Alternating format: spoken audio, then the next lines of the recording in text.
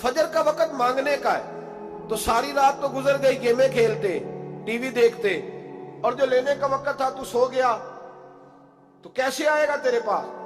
तो उठे सवेरे, बंदों से मांग के देख लिया, बड़ी इज्जतें खराब हुई। फजर का वक्त उठ के झोली फैलाए।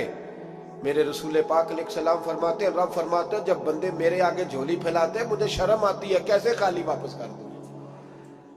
तो उसके सामने झोली फैलाएं सवेरे उठ के, रिस्क में बरकत होगी। और फिर एक और बात, पांचवी बात, रिस्क में तंगी उस वक्त होती है जब हम माल गलत जगह पे खर्च करते हैं। अल्लाह माल देता है अपने फजल से, और जब हम उसे जाया करें, मिसाल देता हूं, मेरे पास एक शख्स ने आके कहा, हजरत जी बच्ची की शादी है, या मेरा घर में कोई बीमार है, या बड़ी आजमाइश है, 10,000 की जरूरत है, मैंने थमा दिया उसको। फिर मुझे बाद में पता चला कि ओहो, वो तो अय्याशी कर रहा है पैसों से, वो तो चला गया कहीं घूमने और फलां होटल में, महंगे होटल में बैठ के खाना खा लिया, तो मेरे दिल पे क्या गुजरेगी उस शख्स के बारे में? बिला मिसालों बिला तशबीह समझाने के लिए अल्लाह ने माल दिया फजल से, और अगर अय्याशियों में लगा दिया। सूफिया फरमाते हैं कि अगर एक धेला तू हराम जगह पे खर्च करे ना, एक धेला, तो 1,00,000 दिनार की बरकत तेरे घर से उठ जाती है। एक धेला हराम जगह पे। ये जो गवैयों पे पैसे फेंकते हो हलाल है? चले बैंड बाजा तो शादी पे आपने अपनी मर्जी से बंद करना है या बजाना है, लेकिन गवैयों पे जो पैसे फेंकते हो जायज है? बोले तो वो फिर कहते, रोते हैं बाद में लोग कि पता नहीं क्या हुआ, शादी के बाद पीछे पीछे आए। तो मैंने कहा शादी के बाद इसलिए पीछे पीछे हाथ हो गया कि शराबें बड़ी पी गई शादी पे, तबाही बड़ी उतरी, तो फिर अल्लाह की रहमत नाराज हो गई। और इस पर मैं कुरान मजीद की आयत पढ़ता हूं, रब फरमाता है, वमन आरदा अन ज़िक्री फइन्न लहू मईशतन दनका, बड़ी सख्त आयत। वमन आरदा अन ज़िक्री, फरमाया जब तू मेरे तज़किरे से, मेरे जिक्र से मुंह फेर लेता है, फइन्न लहू मईशतन दनका, तो मैं तेरी मईशत को, तेरे रिस्क को तंग कर देता हूं, तो तेरी जिंदगानी तंग होती। और जिसकी जिंदगी अल्लाह तंग करे उसकी कोई खोल सकता है? कहते हैं बड़ी जगहों पे गया हूं, बड़ी फूके मरवाई, बड़े दम कराए, हालात सही नहीं होते, तो मस्जिद आके तौबा कर। वो कह रहा फइन्ना लहू मईशतन दनका, ऐलान है कुरान पाक का कि जब तू मेरे जिक्र से मुंह फेरेगा, रोटी मेरी खाए और पैसे लेके अय्याशी करे, मस्जिद आई ना। हुक्म तो यह है कि जितनी जितनी नेमत बढ़ती जाए सजदे बढ़ने चाहिए, लेकिन हम लोग सजदे कम करते जाते हैं, फर्द नमाज भी नहीं पढ़ते, फिर रिस्क तंग होता है, फिर अल्लाह के अदल का निजाम चलता है, फिर खराबी होती है। इसलिए याद रखें, कुरान मजीद ने हुक्म दे दिया कि अगर चाहते हो कि रिस्क में बरकत हो तो फिर रिस्क देने वाले के आगे झुक जाओ, फिर रिस्क देने वाले के आगे झुको। तो माली परेशानी का बहुत बड़ा सबब यह है कि हम मस्जिद की तरफ नहीं आते, दीन की तरफ नहीं आते, पैसा नाजायज जगह पे खर्च होता है। आप यकीन करें, मस्जिदों का हाल खस्ता है, मदारस का हाल काबिल रहम है, काबिल रहम हालत है मदारस इस्लामिया की। और लोग पैसा कहाँ खर्च करते हैं? मैं तो ये रोना रोता रहता हूँ, हर जगह रोता हूँ। मैं दुनिया के किसी पाकिस्तान के कोने में बैठता हूँ तो रोना रोता हूँ। एक्टर पल गए, और अहले सुन्नत का तो वैसे अल्लाह हाफ़िज़ है, कवालों की कोठियां देखने के काबिल है। और नात खां जो सुर सीखते हैं रात को कहीं बैठ के और सिर्फ आवाज सुरीली है, उनके मकान पजारों देखने के काबिल है। और जिस शख्स ने सारी जिंदगी रसूलुल्लाह का दीन पढ़ाया है, सारी जिंदगी, शेखुल हदीस मिजाज के लोग हैं जिनकी बेटियों की शादियां भी होने वाली हैं। मदारस के बच्चे मोटे कपड़े पहन के गर्मियों में घूमते हैं, मोटे कपड़े। और कोई चौधरी अगर कभी देने आता है ना किसी मदरसे में पैसे, तो कहता है जी वो मैंने 50,000 रुपया खर्च करना है, तो कुछ जगह कोई काम बताए कौन सा होने वाला है। मैं क्या तू लहजा कहा रही, ये काम बताए।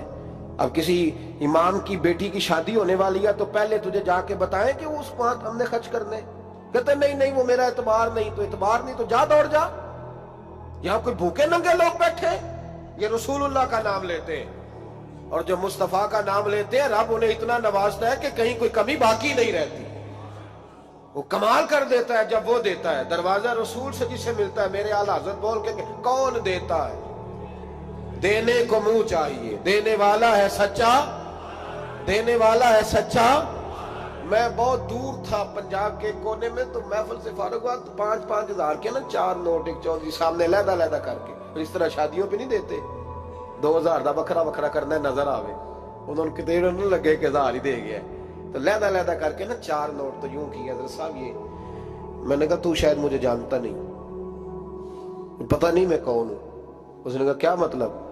मैंने कहा बड़ी बड़ी बड़ी मस्जिदों में लोगों ने कहा आ जाओ, मैंने कहा वहां रहना है जहां मस्जिद भी हो और अल्लाह की दी हुई इज्जत भी हो। बड़े इदारों में तो बातें बड़ी सुननी पड़ती है, तो तू समझा ही नहीं हमें, तूने ये किस तरह की बात कर दी? इसको उठा के ले जा, गैरत है बड़ी चीज जहां ने तगोदो में पहनाती है ये फक्र को ताजे सरदारा। एक साहब मुझे टेलीफोन करके कहने लगे जनाब एक टाइम चाहिए था। मैंने कहा मैंने यार सारे वक्त इत्तेफाक की बात है कि 6-6 7-7 8-8 महीनों कबल लोग वक्त ले लेते हैं तो टाइम नहीं है। कहने लगे मेरा तो उमरा करांदा भी इरादा सी, मेरा तो मैंने कहा मैंने कभी ख्वाब में भी नहीं सोचा था कि मैं मदीने की इतनी हाजिरी दूंगा जितनी मेरे रब ने मुझे दिलाई है। तू मुझे कौन सी बात बताता है? ये तो मेरे रब का फजल है। मीरा दी गल ना गरीबां दी गल है, मदीने च जाना नसीबां दी गल है। तू कैसी बात बताता है कि थोड़ा सा मैं इशारा दूंगा तो शायद बंदा जो है वो फौरी तौर पे पिघल जाएगा? ऐसा मसला ही कोई नहीं। मेरे रब का तो इतना करम है, इतना करम है कि हमने ख्वाब में भी नहीं सोचा था कि इतना नवाजेगा। तो ये लोग गलत समझते हैं।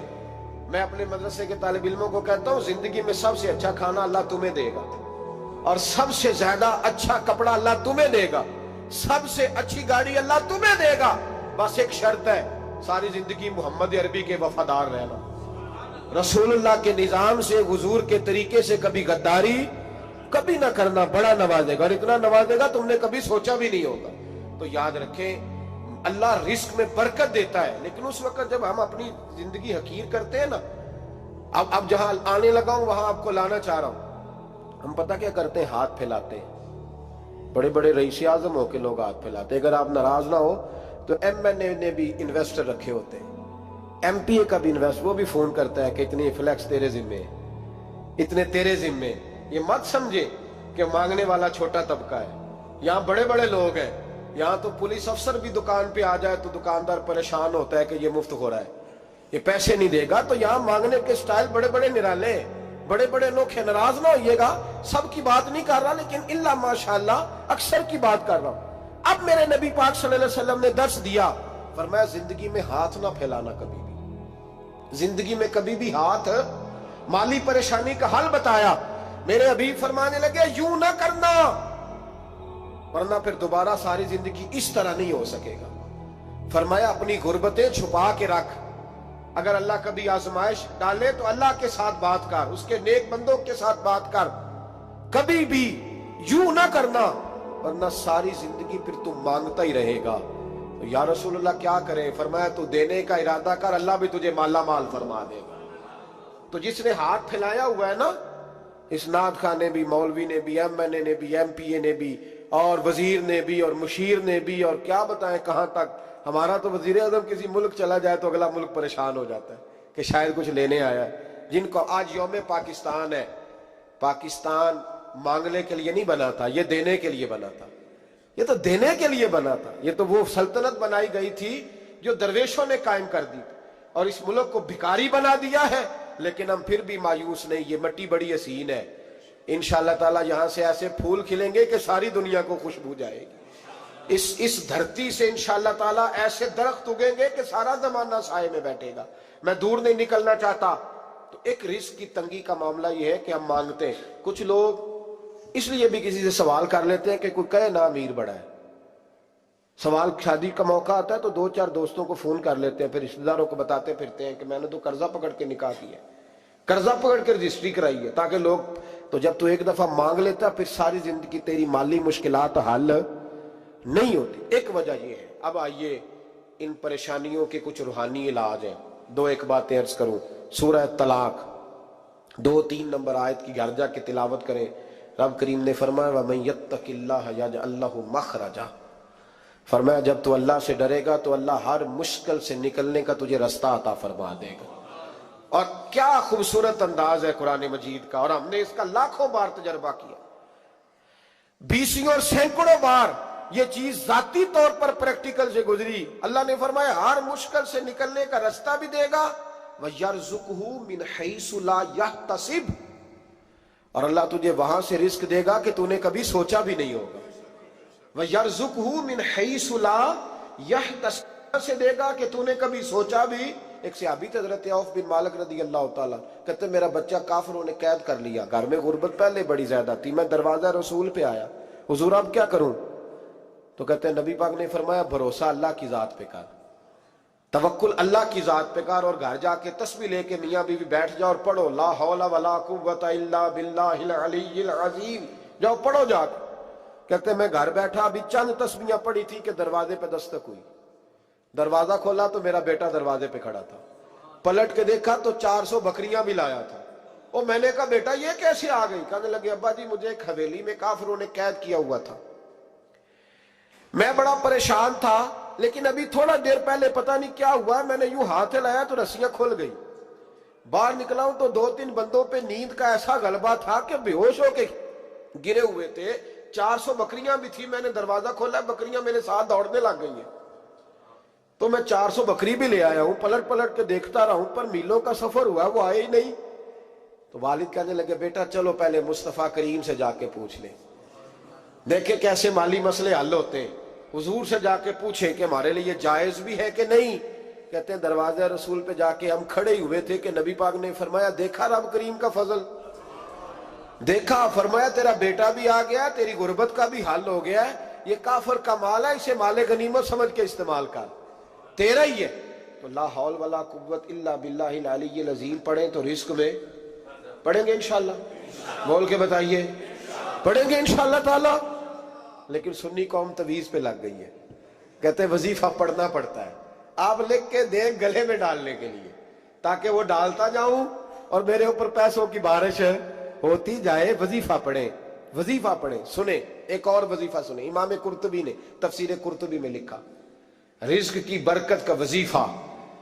امام قرطبی نے لکھا ہے حضرت انس بن مالک رضی اللہ تعالیٰ عنہ کہتے ہیں ایک شخص حضور کی بارگاہ میں آیا، کہا یا رسول اللہ صلی اللہ علیہ وسلم غربت بڑی ہے، بڑا دکھی ہوں، بڑا پریشان ہوں. تو حضور نے وظیفہ بتایا، فرمایا جب بھی گھر جاؤ نا گھر والوں کو سلام کہنی ہے، السلام علیکم. یعنی کب کہنی ہے؟ جب بھی جاؤ. کب کہنی ہے؟ یعنی گھر سے نکلے ماچس لینے کے لیے، واپس آ کے کہنا السلام علیکم. پھر گھر والوں نے کہا ہو یاد نہیں رہا تھا، وہ تو چینی بھی ختم ہو گئی ہے. پھر گئے چینی لینے تو واپس آ کے پھر السلام علیکم. انہوں نے کہا خو ناراض نہ ہوئیے گا، پتی بھی نہیں چائے کی. اب واپس گئے تو پھر واپس آ کے کیا کہنا ہے؟ تو نبی پاک صلی اللہ علیہ وسلم نے فرمایا جب بھی گھر جا السلام علیکم کہے اور 3 دفعہ سورۃ اخلاص پڑھ دے. اور سورت بھی وہ بتائی جو سب کو آتی ہے، قل هو اللہ احد اللہ الصمد لم یلد ولم یولد ولم یکن لہ کفوا احد. 3 دفعہ یہ پڑھ دے.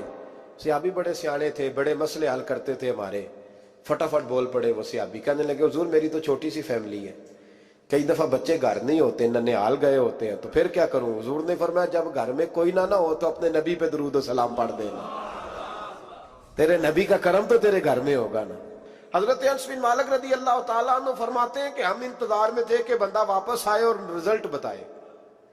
کہتے ہیں وہ کچھ دنوں کے بعد واپس آئے تو عجیب بات کی انہوں نے.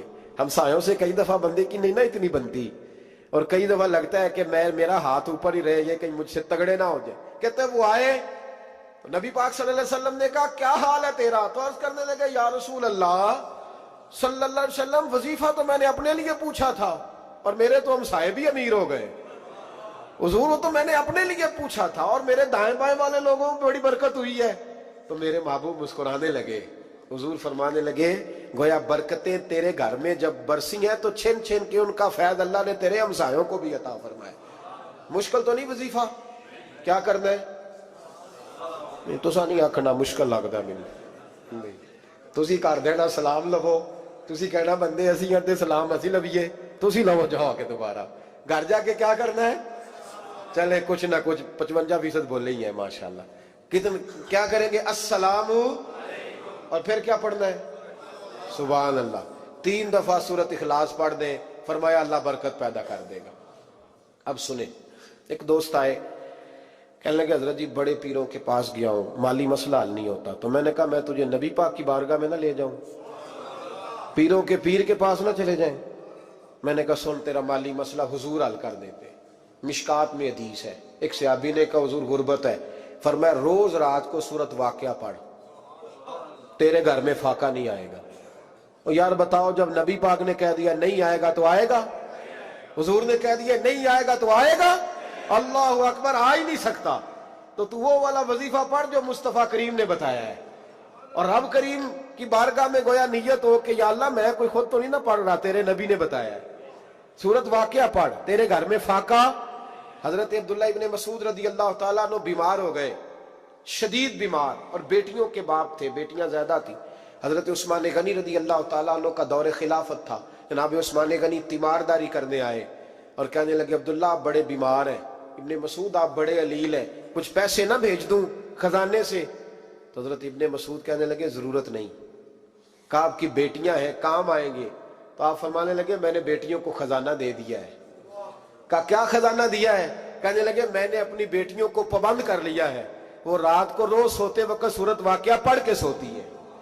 تو نبی پاک نے کہا فاقہ نہیں آ سکتا, تو لہذا میری بیٹیوں پہ کبھی فاقہ نہیں آ سکتا.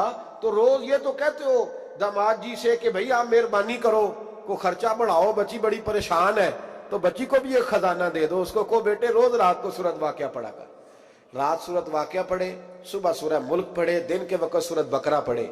میرے نبی پاک صلی اللہ علیہ وسلم نے فرمایا جس گھر میں سورت بقرہ پڑھی جائے, جن تو کیا شیطان بھی دوڑ جاتا ہے. تو کوئی جادو اثر کر سکتا ہے؟ تو ان وظیفوں پہ عمل کریں جو نبی پاک صلی اللہ علیہ وسلم نے ہمیں عطا کیے ہیں. حضور غوث پاک نے بھی ایک وظیفہ بتایا ہے, وہ بھی بتا دوں آپ کو. غوث اعظم رضی اللہ تعالیٰ عنہ کی خدمت میں ایک شخص آیا, اس نے کہا حضور بڑی تجارت کرتا ہوں, کام نہیں چلتا. فرمانے لگے اب تو اللہ سے تجارت شروع کر دے. کیا مطلب؟ فرمانے لگے 10 کمائے تو ایک اللہ کے رستے میں دے, رب کریم اس کے بدلے میں تجھے 70 عطا فرمائے گا. اس نے کہا حضور اس طرح کروں؟ فرمایا تو یہ کر کے دیکھ, عبد القادر جیلانی وعدہ کرتا ہے اللہ تیری مدد کرے گا. غلام کہتے ہیں وہ 6 مہینے کے بعد آیا. پہلے جب آیا تھا تو پیدل آیا تھا, 6 ماہ کے بعد آیا تو 6 اونٹ تھے اس کے پاس, اور آ کے حاضر ہوا. تو کہنے لگا حضور زندگی پتہ نہیں کہاں گزار دی, کاروبار کا تو مزہ ہی اب آیا ہے, اب مزہ آیا ہے کاروبار کرنے کا, اب مزہ آیا ہے. کہ 10 میں سے 1 دیتا ہوں, پتہ نہیں کتنا مہربان ہے. اور یہ آیت ہے وَيَرْزُقْهُ مِنْ حَيْثُ لَا يَحْتَسِبُ, تجھے وہاں سے دے گا کہ تیرا کبھی گمان بھی نہیں گیا ہوگا. روحانی معاملات کو بھی ضرور شامل حال رکھیں, اور مال مانگے اس سے جو بے حساب دیتا ہے, دنیا داروں سے نہیں مانگے, اس سے مانگیں جو دیتا ہے تو پھر بے حساب ہی دیتا ہے. دعا کرتا ہوں